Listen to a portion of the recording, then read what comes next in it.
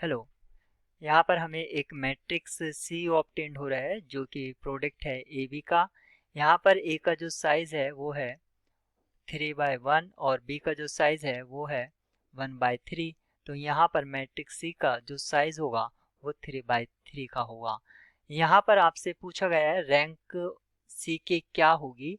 तो जो रैंक सी है वो एटमोस्ट होगी minimum of rank A comma rank B, यानी कि रैंक ए और रैंक बी का जो मिन होगा वैल्यू वो उसकी एटमोस्ट रैंक हो सकती है। और हम ये भी जानते हैं कि किसी भी मैट्रिक्स ए की जो रैंक है वो एटमोस्ट होती है मिन वैल्यू ऑफ साइज, यानी कि एम एन। अगर कोई मैट्रिक्स ए है जिसका साइज m/n है तो इसकी जो रैंक है वो एटमोस्ट हो सकती है मिन वैल्यू ऑफ mn।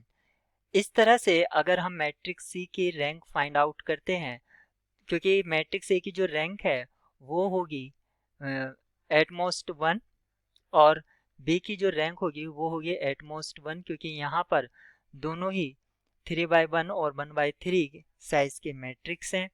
तो सी की जो रैंक है वो मिन होगा 1,1 का, और 1,1 का मिन वैल्यू 1 ही होता है, यानी कि जो सी की रैंक है वो 1 पॉसिबल है। यानी कि 2 और 3 तो पॉसिबल ही नहीं है, इसलिए ऑप्शन सी और डी डिस्कार्ड होंगे। यहाँ पर जो प्रोडक्ट है अगर वो जीरो मैट्रिक्स मिलता है तो उसकी रैंक जीरो हो जाएगी, लेकिन यहाँ पर कहा गया है a non zero columns of A. यहाँ पर ए जो मैट्रिक्स है उसमें नॉन जीरो कॉलम्स का यूज किया गया है, और जो मैट्रिक्स बी है वो भी एक नॉन जीरो मैट्रिक्स है।